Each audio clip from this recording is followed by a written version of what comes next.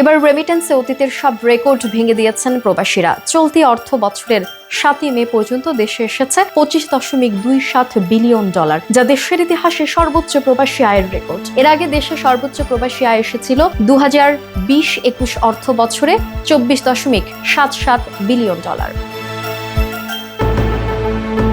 অন্তর্বর্তী সরকার দায়িত্ব নেওয়ার পরে প্রবাসী আয় বৃদ্ধির এই ধারা এবছরের মার্চ ও এপ্রিল মাসে রেকর্ড গড়েছে।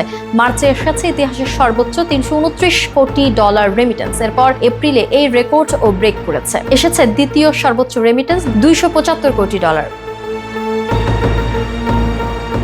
বাংলাদেশ ব্যাংক সূত্রে জানা যায়, মে মাসের প্রথম 7 দিনেই দেশে এসেছে $73.50 মার্কিন রেমিটেন্স, যা স্থানীয় মুদ্রায় প্রায় 8,967 কোটি টাকার সমপরিমাণ। প্রতিদিন গড়ে আসছে $10.50 বেশি রেমিটেন্স, যার ফলে চলতি মাসে মোট রেমিটেন্স $3 বিলিয়ন ছাড়িয়ে যেতে পারে বলে মনে করছেন বিশ্লেষকরা।